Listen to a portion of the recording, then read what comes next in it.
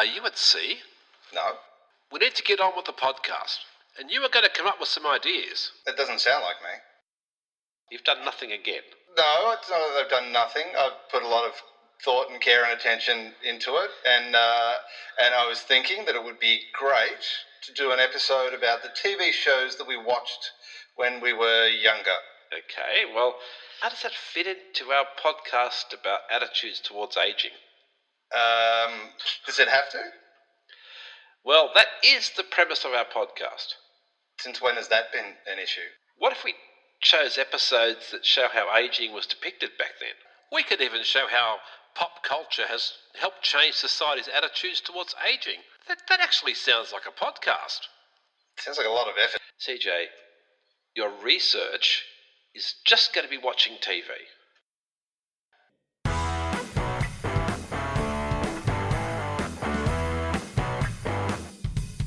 This is me. And this is me. And welcome to... What's My Age Again? And what are we looking at this week, CJ? Well, I'm looking at the television a lot because we decided it would be a great idea to talk about TV shows from our youth. Yes, I actually was part of that conversation, and I don't know why I asked the question I asked, because clearly that's what we're talking about. I was just trying to catch listeners up in case they'd lost interest and lost interest after the pre-intro and went. Yes, we have been watching TV a bit. I spent a good couple of hours reviewing the show I was looking at, then reviewing your show, and it was a definite blast from the past. There's no doubt about that. Yes, I went. I've got one episode to watch, and so ended up watching the entire series. So you binged the Monkees. Yeah. From my side, I got you watching an old episode of Star Trek. Yes. And that was a treat. No doubt about that. I don't know it was a good treat, but it was some kind of treat. It depends on how you define treat. Yeah. We're going to get into how these things hold up later when we talk about them, but spoiler alert, not very well in some respects. I don't know. I think I would argue that for some components of it. Okay, well, we'll get into that. But first, beer. I like beer because it is good. I drink beer because I should. If there was a song to sing, I sing it and beer you bring. I drink beer when I am sad, because the beer, it makes me glad. Now there's nothing left to say, so let's go drink beer. What's your beer again? My beer this time is the only thing I have in the fridge at the moment, which is a Corona. Oh. Yeah, normally I try a little harder. Do you though?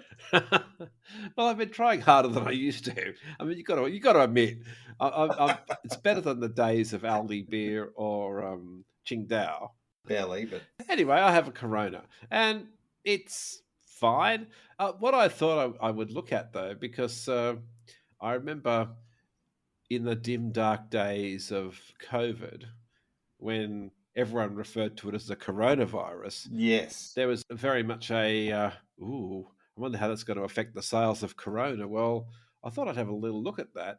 And it appears any publicity is good publicity, because Corona's sales went up 5% in the US. Oh, really? So it didn't take a hit in any way. It actually pushed its sales higher. Oh. What? In my sample size of one, in one of the bottle shops I went to, I said, "What do you got in the way of beer?" And he said, "I've got a shit ton of Corona because nobody's buying it." Oh, really? Yeah, that's funny, because I mean, I think I actually bought some for a laugh at one stage, just because it was ha ha ha coronavirus, as if the beer is going to have coronavirus in it. I'm sure that there is quite a lot of people who believed that was the case. You've all had Corona before. It tastes like Corona. I think it's fine. Otherwise I wouldn't have it in the fridge. So, what are you drinking, CJ? Well, it's good to see that one of us at least has put a bit of effort into this. So, based on the fact that we're talking about TV from our childhood, Yeah. I'm drinking a Roger Ramjet. Oh, I didn't realize that existed. Yeah.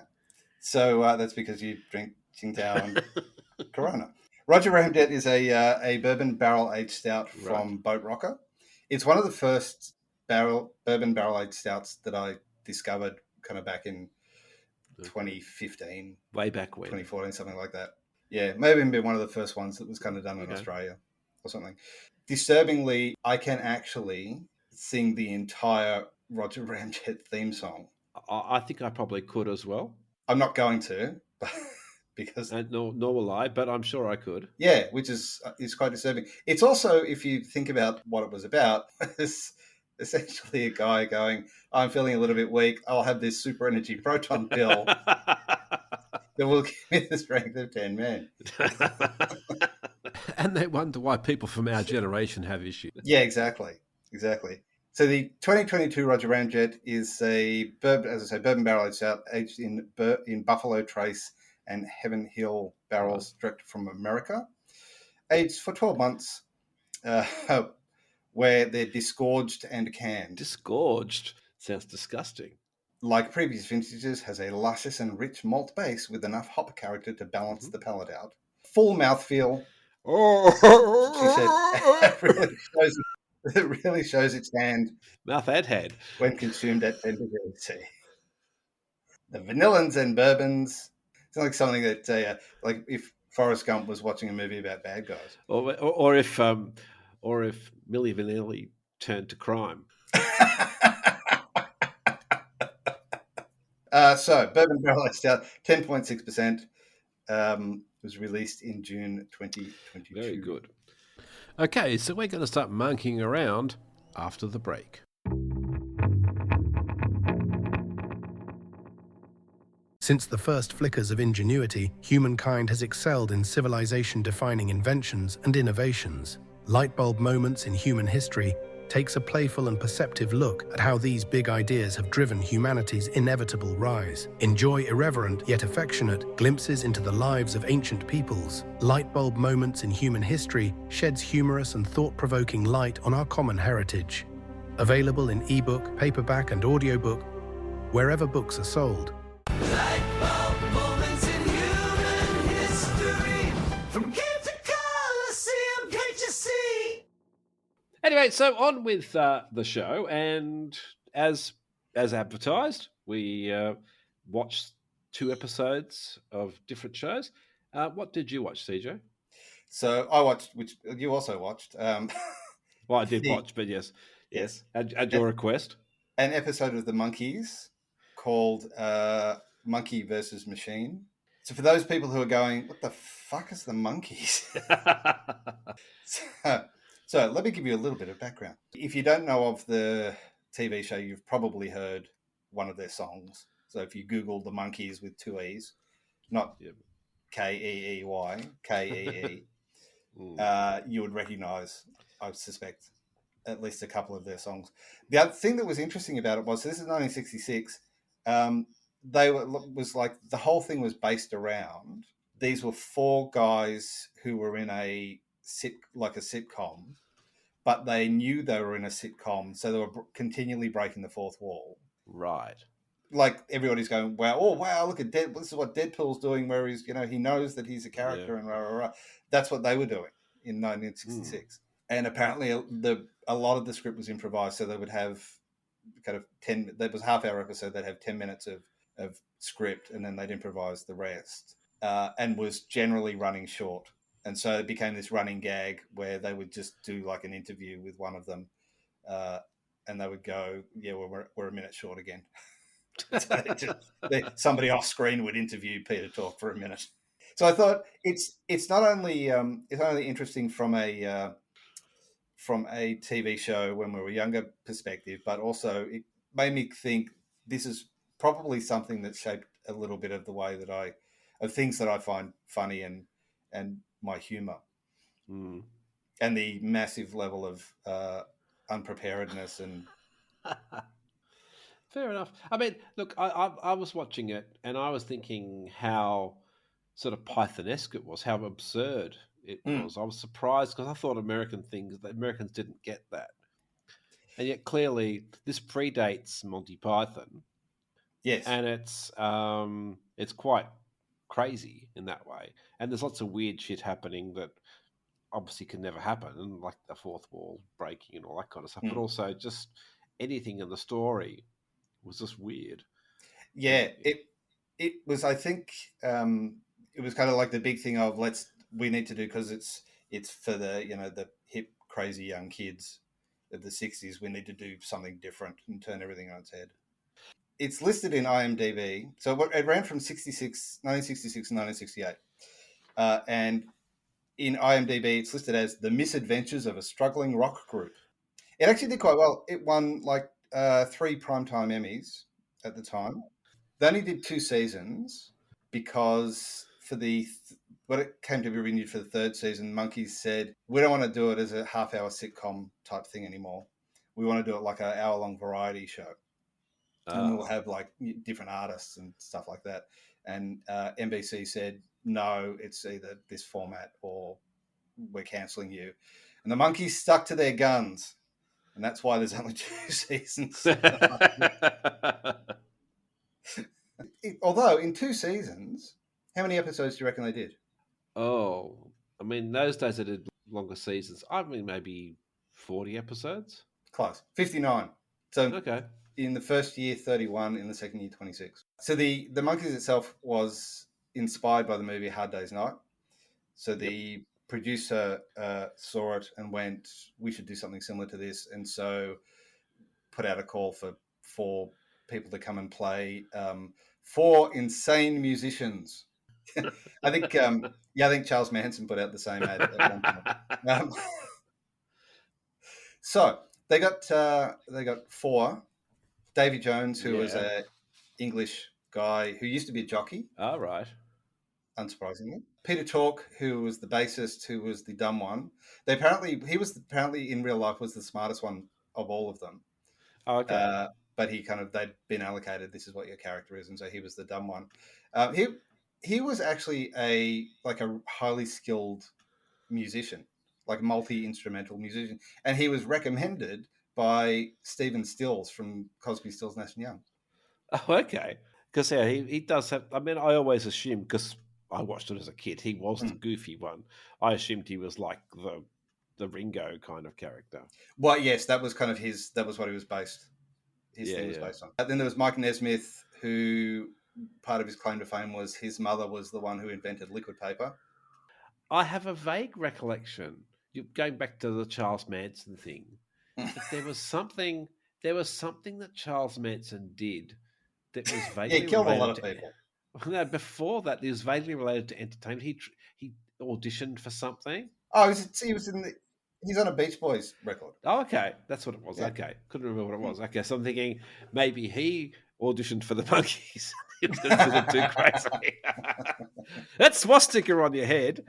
That's not gonna fly. No, it was for the. He did a couple of pilots for the less popular Here Come the Junkies. Yeah, so Mike Nesmith, who played guitar, he was the one in the woolly hat. Went on to become a bit of a hoi polloi in MTV. Back in the days when MTV was actually playing music. And Mickey Dolenz, he was the drummer. He was also an actor originally. So he started out when he was 11 as the lead in a TV show called Circus Boy. I actually remember Circus Boy. Okay. And I think it had been on, obviously, because he was young, but it was still in repeats back when I was a kid. And my sisters pointed out to me that it was Mickey Dolenz, even though his name is not Mickey Dolenz. It's Mickey Babbitt or something. Yeah. So I had a look at Circus Boy. His character name in Circus Boy is Corky. Yes. It's a name that you don't hear very often anymore. 12-year-old Corky has been adopted by a traveling circus owned by Big Tim Champion. He is a water boy to baby elephant Bimbo and otherwise participates in the behind-the-scenes life of the circus. But is baby elephant Bimbo a euphemism for something? Water boy. Well, I could tell you that they the top-rated episode. They don't make show episodes like this anymore. Convinced that Corky needs a mother, Uncle Joey sets out to find a wife. Pete tries to help by inviting his sister to the circus. Okay, that sounds great. Yes, so we need to look at that one next time. yes, or not. So the Monkees. Just a couple of interesting trivial facts. They on their first, so they had the TV show, and they also released albums. On the first two albums, they weren't allowed to play. They sang, but they weren't allowed to play their instruments, even though they could play. Yeah.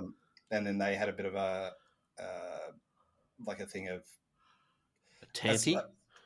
a slightly more successful.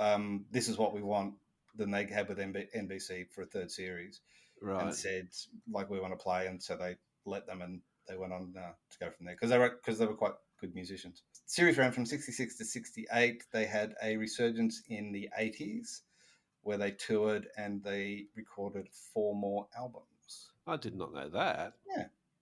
Okay. Here's a trivial fact. So the Monkees was based off the Hard Day's Night by the Beatles. Davy Jones was on the same episode of the Ed Sullivan Show the night the Beatles debuted in the US. What was he doing on there? He was appearing in the cast of Oliver because he was successful in musicals. Okay. Well, that's Yeah. okay. Here's one for you. Did you know the song "Last Train to Clarksville"? The "Oh no no no" refrain in there is actually meant to mirror the Beatles' "Yeah yeah yeah." Yes. So it was because the Monkees were kind of like the clean cut all American kids. Yeah. They weren't allowed to say anything about like all the protest songs and that sort of thing. So that was kind of their sneaky version of a Vietnam protest song. So when you listen to the lyrics, it's all "Take the last train to Clarksville," because I don't know if I'm ever coming home. Okay. Yeah, so that was kind of their sneaky way of doing that, which I thought was quite cool. What are any more background to the episode before we talk about it? Well, actually, some background to the people. Yeah. Because I thought seeing where we need to vaguely shoehorn it into aging, apparently. Yes, we do. Yes. So it's related to the podcast. So, out of the 4 Monkees, 3 are dead. Davy Jones died in 2012, age 66. Oh, Had a heart attack on a horse. that's not good. Not because he was on a horse, because he was being a jockey. He was quite fond of horses, but he just happened to be on a horse when he had a heart attack. A lesson for people dying of heart attack. Don't be on horses. Probably not the right term, but no. So he was apparently had a heart attack when he was on the back of a horse. Went, I think I've got indigestion. Went and sat in his car, and that was where they found him dead. Oh. The moral of that story is: if you think something might be wrong, go and talk to somebody. Don't go and sit in your car. Yes. Peter Tork was next to die in 2019. He was 77. He had this weird type of rare cancer, but he toured till like he was 75 or something, I think. Mike Nesmith and Mickey Dolenz kept touring until Mike Nesmith died in 2021 of a heart attack. This is all very cheery. Yeah, Mickey Dolenz is still going. So he's 79. He's literally still touring as we speak. Although I did see that one of his shows had been cancelled because he wasn't feeling well. Stay tuned for further updates. Yeah, as at, he's still alive and he's 79. I saw an interview with him. He was talking about how kind of weird it is to be the only one surviving. And he said, if I knew I was going to live this long, I probably would have taken better care of my body. Mike Nesmith had a quadruple bypass before he died of heart failure. Seems Okay, that was effective. Yeah, I'd be asking for my money back on that one. Yeah, I reckon. So the episode. So the episode is Monkey versus Machine. When I started watching it, I typed it in wrong, and so I watched 3 episodes of Planet of the Apes before I realised it was the wrong one. Okay, so just the outline of it. This is not the IMDb. This is something else I found. But in Monkeys versus the Machine, the Monkees encounter a company that plans to replace its older employee, Pop Harper, with a computer. The band takes jobs at the company to help Pop keep his position. They engage in various comedic attempts to prove that human workers, especially experienced ones like Pop, are more valuable than machines. The efforts involve outsmarting or sabotaging the computer while highlighting Pop's skills and the importance of the human touch in the workplace, which sounds a bit sus. Through, Says more about you than it does about the description. Potentially.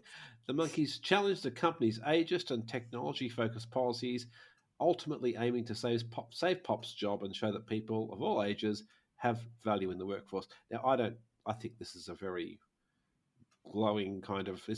I don't think that was that serious. It was crazy, and I think whoever wrote that is drawing a long bow. Well, it's probably an overly complicated version of it, but it's essentially that's about right. Is that it's the old person is no longer has any worth because they're old, and so they want to get rid of them and replace them with a computer. Luckily, that's something from the 60s, so we don't have to worry about that sort of thing. Yeah. Well, the other thing that doesn't mention there is like they were trying to test out because the company is making toys, but they were making toys that the computer said that kids want to play with, and the Monkees were trying to get kids to come and play with the toys and be kids, and and like the things they like rather than like what they were told to like. So it wasn't just ageist from the point of view of old people; it was kind of ageist from the point of view of young people as well. Yes, yeah. I did think it was interesting though, from things that you probably wouldn't see in an episode today, that one of the toys they were playing with was a missile launcher. The other thing that you wouldn't see today is they had two kind of musical breaks. One at the very end where they played Last Train to Clarksville, and then one in the middle where I hadn't heard that song before. I can't even remember what it was called. Right. Saturday's Child. That's called. Okay, yeah. But the film clip for that just had them running around the beach with young children or swinging on the swings with young children. One young girl was just wearing like swim pants and not a shirt, and I'm thinking that wouldn't fly today at all. That was, I don't think at all that it was in any way dodgy, considered wrong at the time, and it wasn't dodgy when they were doing it. That was just normal. But nowadays, you would never do that. No. Also, so the other thing that I noticed that I couldn't quite work out is when there's a shot where they're kind of standing on top of like a climbing thing, and it looks as though they're dropping a bowling ball onto the camera. Oh, okay. I couldn't work out what was going on. No, there's a few times when I couldn't work out what was going on. Yeah. So actually, another interesting, innovative component of the Monkees was part of the thing. They said we'll have two musical breaks that have the songs have got maybe vaguely related, but have not necessarily got anything to do with what the episode's about. And it was so this is way before the idea of film clips or video clips for songs. Yeah. But that's essentially what they are. Yeah. They're just like standalone MTV style music clips. The other thing I noticed was I didn't have an obsession with unicycles. Oh, okay. I don't think so. Okay. Because they had the big Monkees car. That was pretty cool. Yes. The Monkey Mobile was very cool. I have a vague recollection I had a toy Monkey Mobile. You absolutely would have, yeah. I think everybody had to have a Monkey Mobile. Yeah, that was very cool. I looked, if you was in a show today, you go, that looks really cool now. So yeah. Whereas some of the other technology, like the phones or even the computers that they had at the toy company, like okay, it was a pretty interesting idea, and I suppose that's what computers were then, but it certainly looks pretty bizarre now.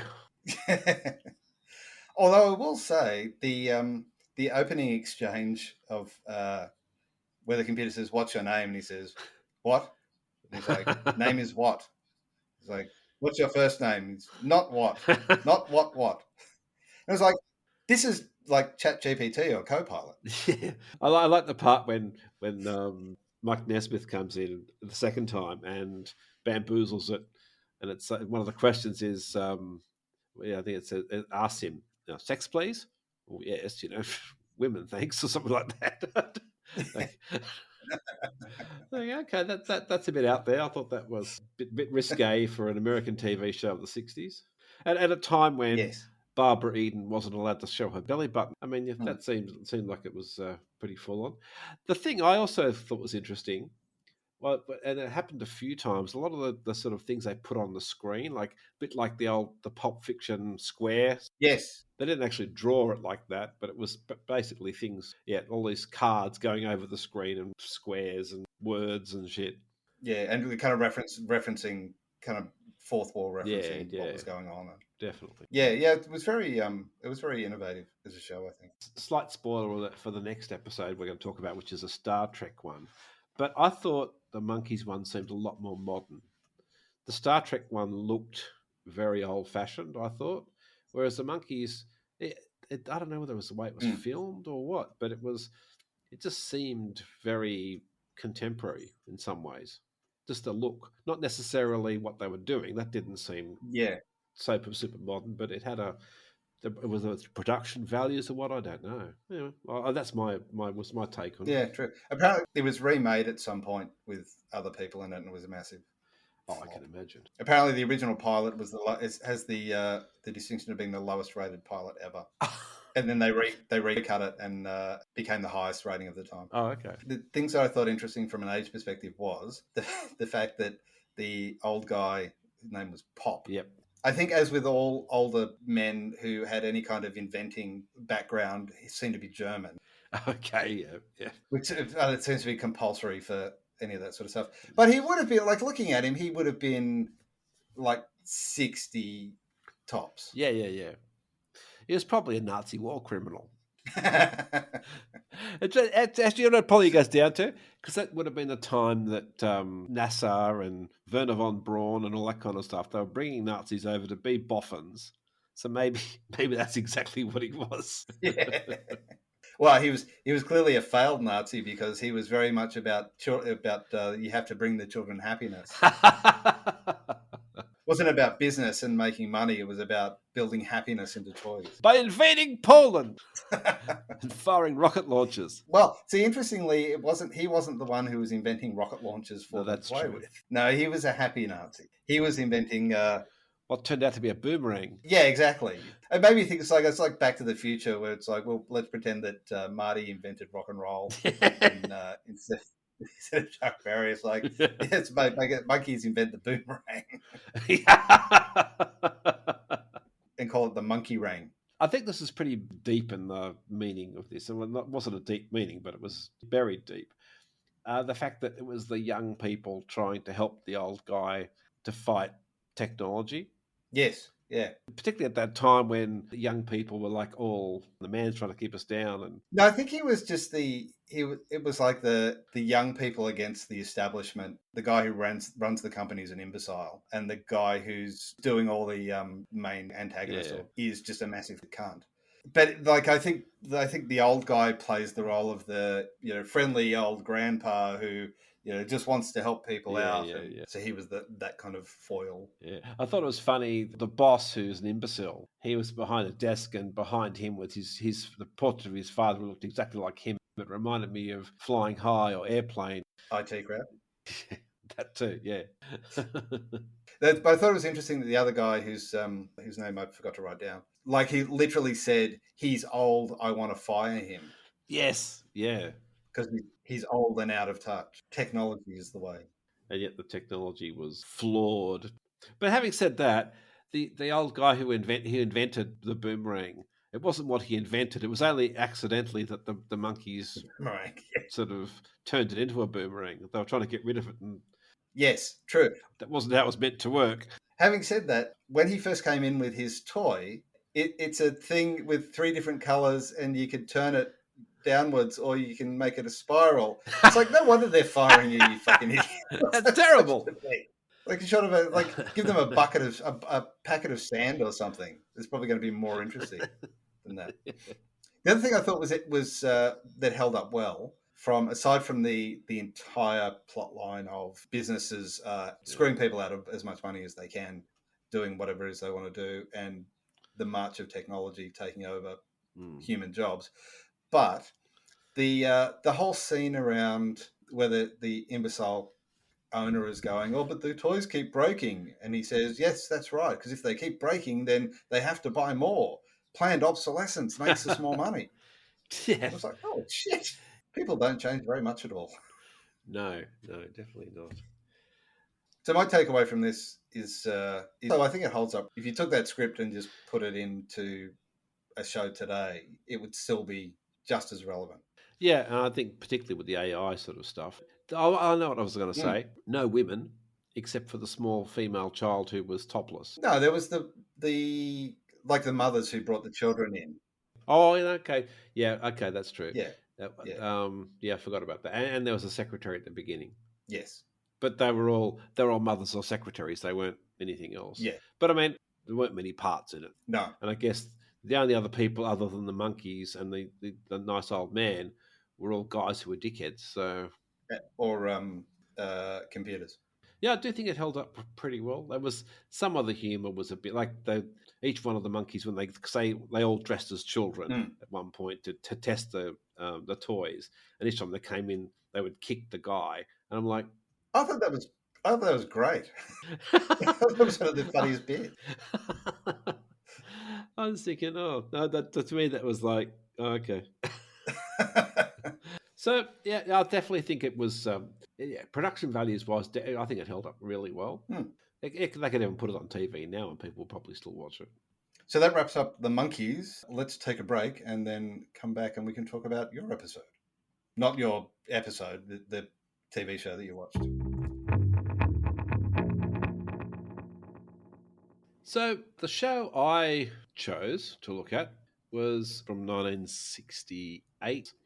It was from the original Star Trek series, an episode called The Deadly Years, which was from series 2. They only made 3 series of Star Trek, which I believe the very first one. Then it got cancelled. Yeah. That's because they got the 3 series because they said, we want to change Star Trek to be more of a variety show with other people. They said, no, keep it how it is. No, okay. We want to bring the monkeys into it. So yeah, this episode called The Deadly Years. I mean, we might come back to the name shortly, The Deadly Years. But the general idea is Captain Kirk and several of his crew members, including Spock and Bones, are exposed to a radiation thing that causes rapid aging. I have a nitpick on that when we get to it. But They begin to just age rapidly, and Kirk struggles to maintain his command while his abilities decline. And they happen to have this sort of paper pushing shit kicker guy from Starfleet on board, and this guy keeps on questioning Kirk's competence. And at one point, Kirk is has a competency hearing when they're all trying to save desperately to sort of beat this virus. Somehow they take time out to have a court case when all the people who should be trying to solve the problem are all sitting there trying to defend Captain Kirk instead. But this guy eventually wins and takes over the Enterprise, and immediately, to try to get them back quickly, sort of does the equivalent of driving into no man's land. Where the Romulans decide that they're pretty stupid and try to kill them. Eventually, Dr. McCoy, using his depth of experience from all his years of being a physician, discovers the cure to the aging virus, and then Captain Kirk, using his experience, takes over and saves the Enterprise from the Romulans, and that's it. That's the story. It was, from my point of view, it was extremely dated looking. But that was Star Trek, though. Yeah, yes, but even more so. Like Star Trek now is not dated. Well, probably in 50 years' time, it probably will be. Oh, that's true, and I think, and they were using things like, what's basically a half cheese wedge, half iPad kind of thing. So they did have things that at that time would have looked futuristic, I suppose, but they don't hold up now, is kind of what I'm saying. The special effects, they look great, but then they were all updated in 2007. So the original special effects, and I can give you a link to what they look like. Well, not necessarily from this episode, but bloody terrible. But they redid them so they could show it on TV in 2007. So it was all digitally remastered. So all the space shots and everything, every picture of the external picture of the Enterprise, they're all been redone. But the inside stuff looks terrible. I'm outraged because that was something I made a note of. It's like a lot of it looks shitty, but they did that really well. Yeah, no, it actually was really bad. And apparently, even by the standards, because they didn't have much budget, so they probably could have done better. Like, if you've ever seen, you must have seen 2001: A Space Odyssey. That was 1969. That looks amazing. That holds up even now. You look at that now, and you go, "Wow, that looks amazing." So they had the technology to do a lot, but they didn't have the budget. Which you would think that, like with doing such a good job on 2001, that they would have got the moon landing right and not left all of these really simple things that people can pick up on. Yeah, well, what can you say? The one thing I immediately notice whenever I look at an old Star Trek is the music. Oh my God! All that, like, I don't what it is about 60s TV music, but it's terrible. It's sort of like really bad, like really corny. Like you can watch old movies and that it's fine. It just sounds like music. But for some reason, 60s TV music is just dreadful. Wah, wah, wah, wah, wah, sort of stuff. Well, not the Monkees. No, well, that's why one reason it held up, I think. But the acting was super hammy. Like, I know that obviously that's what William Shatner is renowned for, is talking like he does. I made a note of define irony near the beginning where they went, we're concerned about the people that we've got. And Kirk goes, we received a message that's unusual. It's disjointed, thoughts foggy, unrelated comment. I wrote that down too. It was like, you must have done it on purpose. I mean, okay, it did deal with the themes of ageism and age discrimination, and it kind of dealt with the value of experience over youth and the struggle against physical and mental decline. But I mean, with Kirk, like, he was at one stage he was looking in his 50s. I couldn't remember giving orders, and he couldn't remember doing this. Like, he wasn't that old. No, well, I did some maths, and so a couple of things. So speaking of the order thing, so the first time he gives an order, and then he walks out, and why are you giving that order? You just gave that order, because he's forgotten that he's given it. Two things about that was that Spock says, "Oh, we've done that as per your previous order that we just talked about."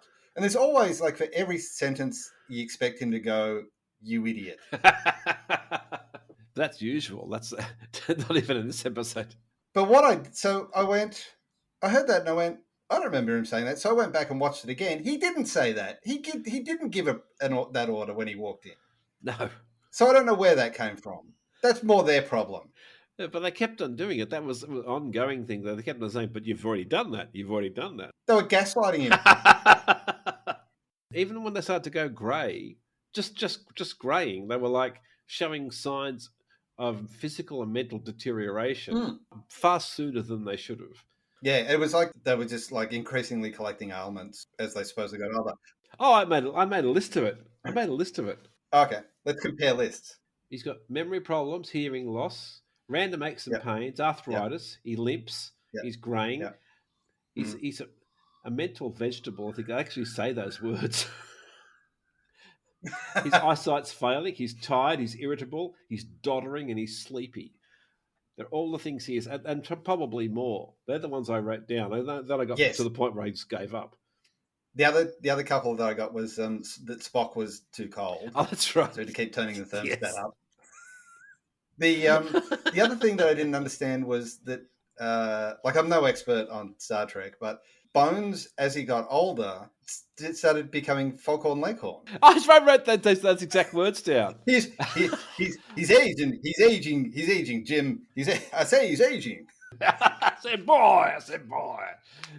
Imagine if they did the competency hearing though for Joe Biden or I Donald did think, Trump. yeah, I did think that. It's like again, this is another one that similar to the Monkees is that like, oh, it's lucky we don't have to worry about that sort of thing of people, senile people in charge anymore.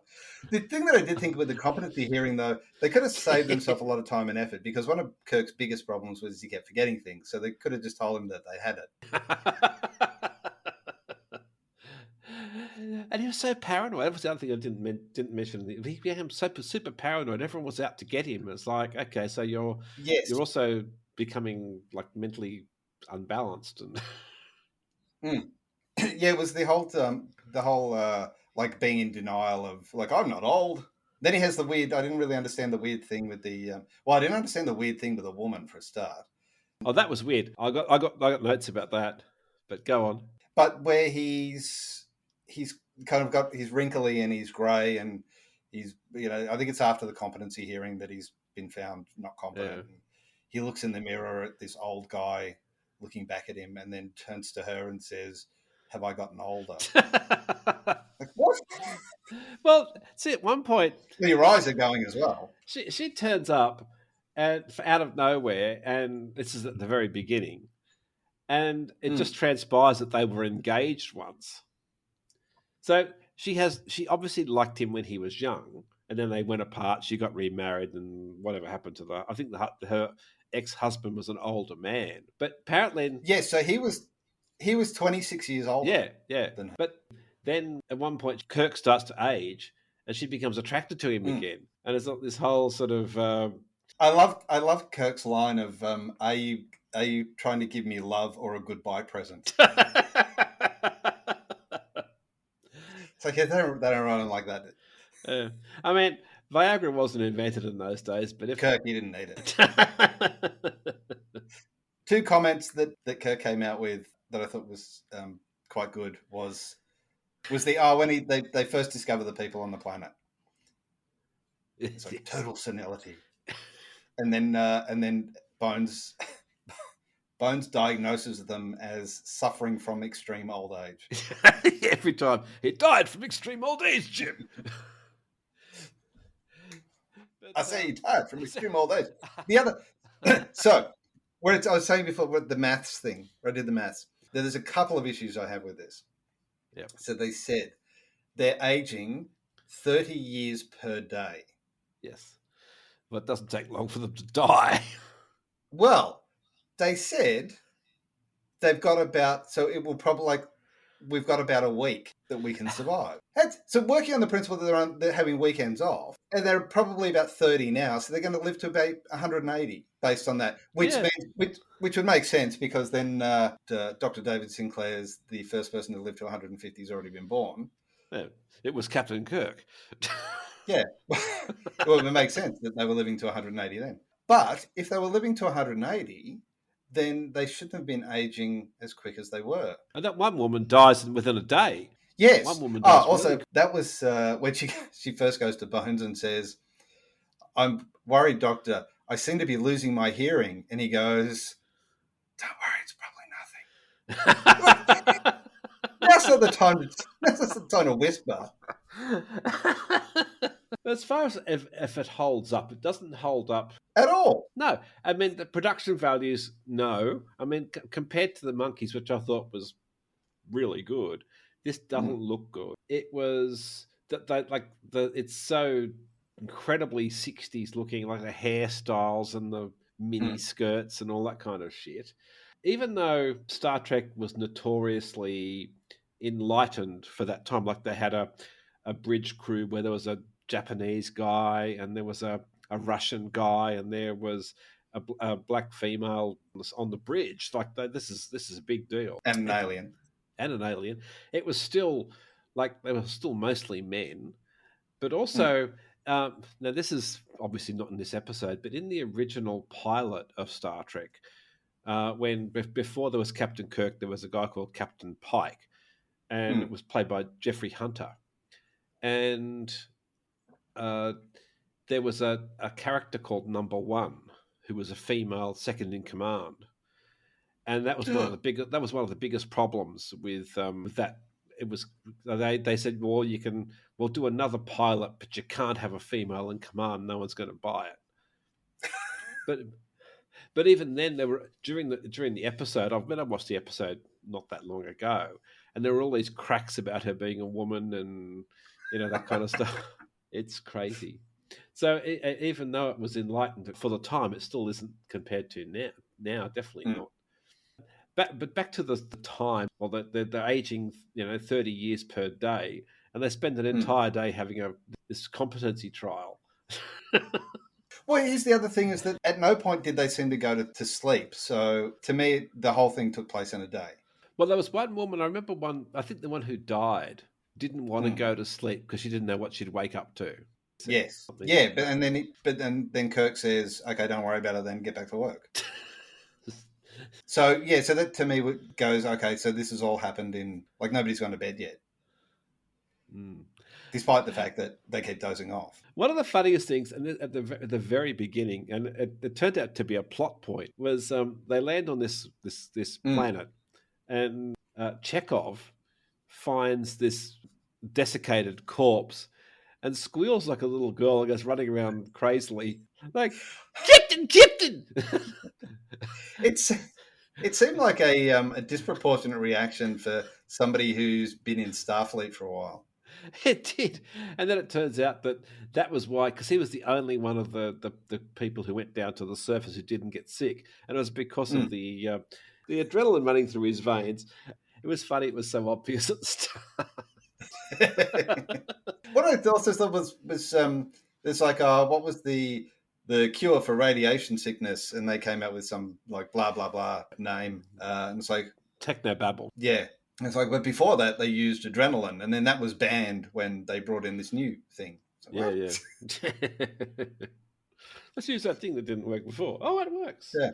The other thing I thought was interesting, which I don't know whether it had anything behind it or it was a coincidence, but the first person who is on the planet that they meet is named Robert Johnson. Oh, yes. So the only thing that I did think that was weird with that was, like, so there's the guy whose name's Robert Johnson, but seemed to be like a 90-year-old Italian guy. And his wife, who was, like 85 or something. And Kirk says to him, how old are you? And he's like 27 or whatever. And his wife goes, he's 29. And his wife says 27.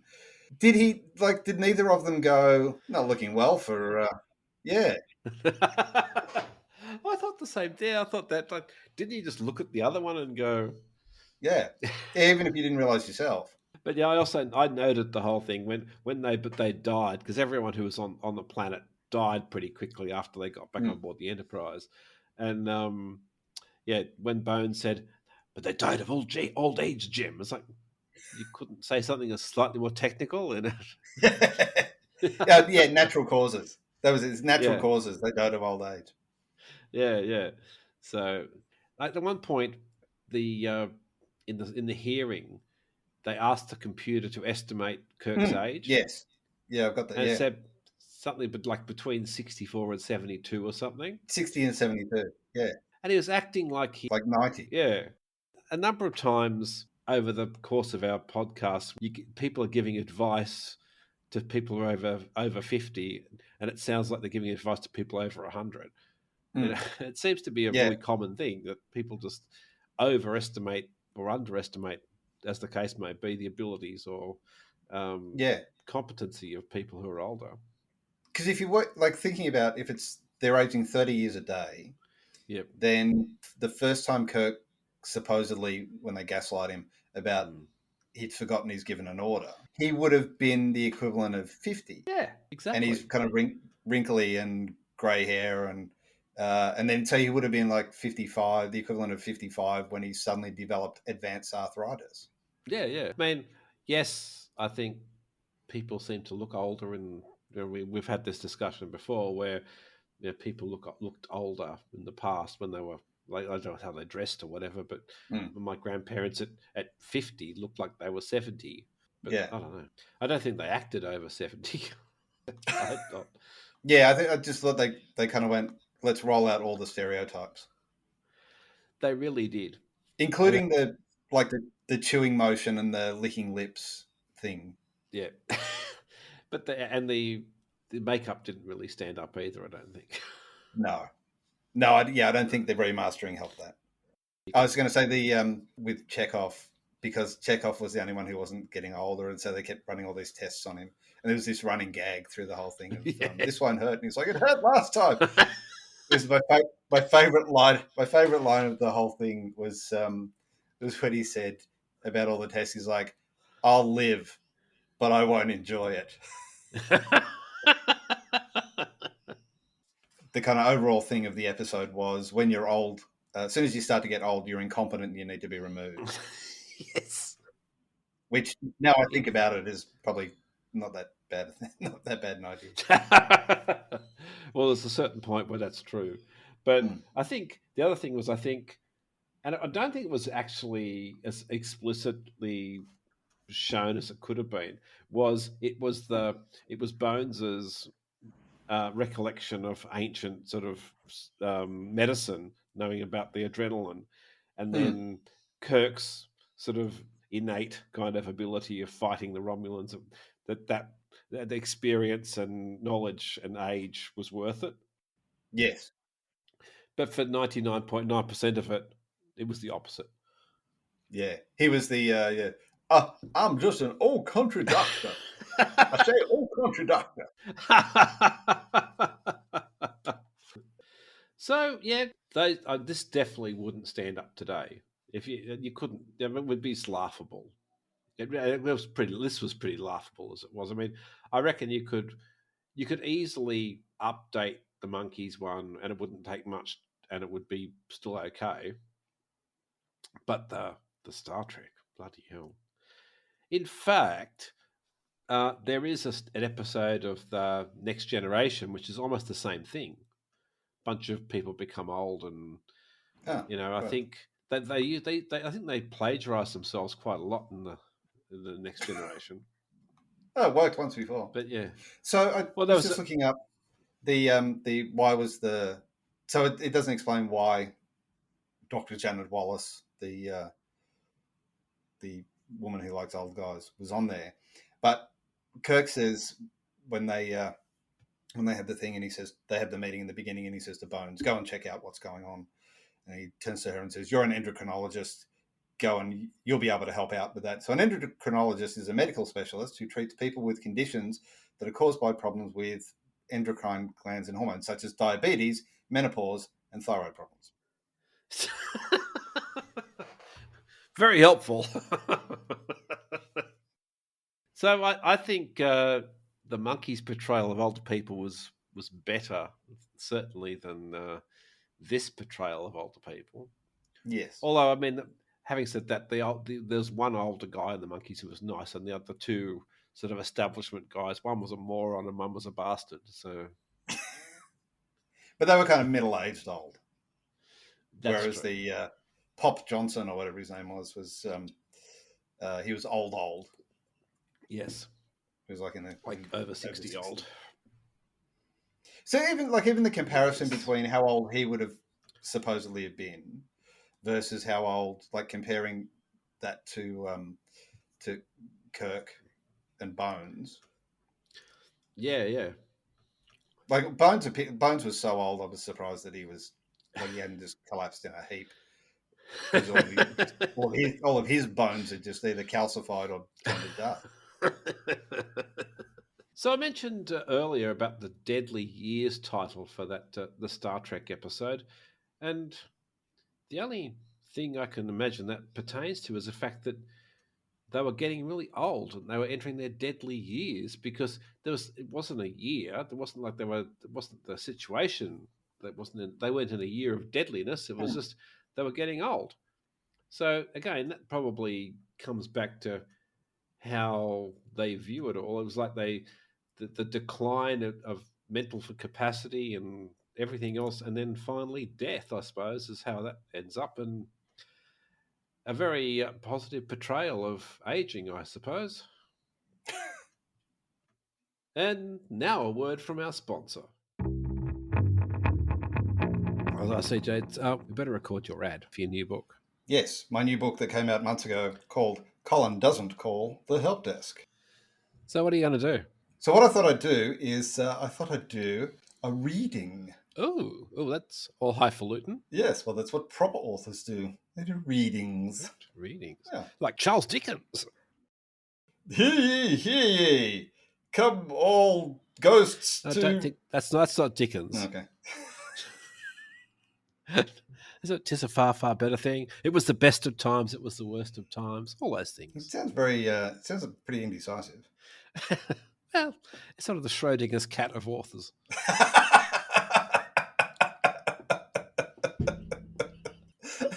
I like to see that in a billboard. Dickens, Tale of Two Cities, the Schrodinger's cat of writers. So how'd you come up with this this novel idea of reading your novel? Whoa, you're on a roll tonight. I'd like to say that it was something I sat down and thought through and planned very, very carefully. It was more around the fact that when I remembered that we were recording an ad, I thought, oh, fuck, what was the book about? So I pulled it out and then went, oh, no, I'm supposed to be getting ready for the ad. Got the book out, started having a look through it, and went, actually, this isn't too bad. Why don't I allow the listeners to experience the joy of Colin Doesn't Call the Help Desk? And it also means I don't have to put any effort into coming up with something new. Fair enough. You're not going to read the whole bloody thing, are you? Yeah, Andy Kaufman style. To set up the scene, because I'm not starting from the beginning. I've just picked a spot in the middle. It's essentially around the results of the annual culture survey. The scene is Bob's called the team in to say, I've got the results of the anonymous culture survey. I want everyone to tell me which comments they made. There's been a bit of conversation around, I don't think you understand what anonymous means. It's about having the trust that my team feel they can come to speak to me about any issues they have. He holds his arms wide. Everyone knows my door is always open. You don't have an office, Gina says. I want to be able to create an open and respectful conversation, he says, ignoring her. Not have to hide behind, he lifts the folder, some faceless survey. It's not faceless, Vanessa says. It's anonymous.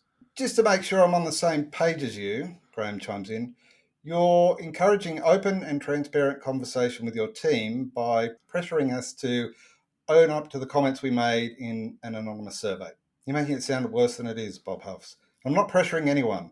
I simply believe that if someone has something to say, they should feel that they can come and speak to me about it. Seems pretty clear they can't, Graham folds his arms. Let's not get into the weeds on this, Bob says quickly and moves on to the next section. Now, the overall comments have been categorised by sentiment into positives and, well, they call them negatives, but that makes them sound so negative. He looks around the table. I prefer to see them as opportunities for the open and transparent conversation I constantly encourage. He scrolls forward to a picture of a scale titled positive and negative. On each side of the scale are text boxes containing a selection of comments from the survey. That looks pretty good, boss, Colin says, pointing at the heavily weighted positive side. That one's mine, he says. My manager is helpful and supportive. Bob smiles. Well, thank you for that comment, Colin, and for your transparency. You see, he says to the others, it's good to know how Colin feels about our working relationship. If he hadn't told me, I wouldn't have known that comment was from him because, he pauses for effect, it's anonymous. He scrunches his face into an I told you so look, which is why I also don't know who made that comment on the other side. My manager is an idiot. Oh, yeah, that was probably me, Graham says. Although it might have been some other people too. Bob sits back and stares blankly at him. Oh, well, thank you so much for your transparency, Graham, by writing that in an anonymous survey, he sneers. What? Graham holds out his hands innocently. I say that all the time. Anyway, let's move on. The next one, my manager is friendly and challenges me to perform to my highest standards. That's mine too, Colin smiles. I thought these were supposed to be positive comments. Alfred takes off his glasses, looks closely at the lenses, and puts them back on. Why does it say, my manager is constantly screwing me over when I ask for a pay rise? Thanks for nothing. Well, that one, Gina points to the screen. My manager is great at taking credit for my work. I saw this in my last job, George says. The survey program didn't understand sarcasm, so anytime it found a word like thanks or great, it thought it was a positive. Or brilliant, Graham says, pointing to the next comment, as in my manager is brilliant at pretending he's working when he's actually off getting himself a donut. That's not true, Bob says indignantly. I know, Gina agrees. You're terrible at doing that. My manager is an imbecile, Vanessa whistles. Whew, that escalated quickly. The end. Oh, very good. But it's not the end. It's just the end of the bit that I'm reading. A question without notice. Are you planning to do a audio? I am planning to do an audiobook. I don't know. I've got to find somebody to do it, though. I'm not going to do it because, as you would have identified from that short excerpt, I forget what the voices are in between doing them. So if I do it, it'll sound as though it's got a cast of about 400 people in it and be very hard to follow. So it's not currently available on audio back, but it is available in paperback and Kindle back and, of course, hardback. Okay. I would like to have thought of a back that I could have thrown in there, but I really can't think of any new ones. We've just about run out of hunchbacks, razorbacks, all those kinds of Yeah, I think things. we've done Nickelback. Nickelback. Oh, of course, Yeah. Nickelback. Hasselback. Hasselback. I think I was looking through my recipe book and there's Hasselback potatoes. Oh. And not well enough known to make a joke of, though. But there you go. I thought it was something that something you did when somebody's bothering you. I thought it was somebody who starred in movies or TV shows about people running slowly down the beach with red cozies. It's the protest sign if they remake Knight Rider. we want Hasselback. Given that doesn't quite work. Colin doesn't call the help desk. Book 2 in the Colin Calls the Help Desk series, available on all good Amazon bookstores. On them. In them? In them? I don't know. All right, wrapping it up. What's your takeaway from this? Well, my takeaway, I think, is in some ways, and I guess it depends on the writer, but in some ways there were some more sophisticated outlooks on aging than I might have expected from the 1960s. But then there was Star Trek, which if they, I didn't expect much, but it went way under my expectations. It certainly not in a good way. It basically portrayed aging as a major affliction that needed to be cured by doctors, which, I mean, as we've talked about, Dr. David Sinclair thinks that aging should be classified as a disease. Well, maybe he needs to get involved with Star Trek because that's how they were treating it as well. What were your takeaways, CJ? My takeaway, I think, was that nothing has really changed from the 60s to the way that people thought about once you're over 50, you're old. I did look up the ages of the writers of those each episode. The Monkees, they were slightly younger. They were kind of mid-30s. For Star Trek, they were kind of in their 40s. I was thinking it would be a really clever takeaway to tie it back to one of our really, really early episodes where you made the comment of things are kind of being written by and done by people who are young, and so they're doing what they think the stereotype of an old person is. Yeah. That'd be a really clever tie-in to be able to go back and say, well, that's exactly what's happened here in the 60s, but it wasn't. They weren't that young, so to be able to do that. But the other thing I would say, and going back to you saying that nothing much has changed, is I think what hasn't changed is being old is the one thing that you can still get away with discriminating to a certain extent. Yes. I mean, you might not be able to sack someone because they're old, but you can still make fun of them because they're old in a way that you couldn't make fun of their gender, you couldn't make fun of their race, but you can make fun of their age, and that's okay. Yeah. And that might sound like a bitter old man talking, and it probably is, but What is interesting, though, is when you look at the average lifespan for a male in between 1965 and 1967, it's 67 years. Yeah. wow. So, which kind of makes you go, well, maybe they weren't that far off track then with the way that they were portraying people back then. Well, unless there's anything more to say, We should wrap it up. Although, have we talked? I can't remember because I'm old. Have we talked about? Have we recorded the episode yet? It's so cold in here.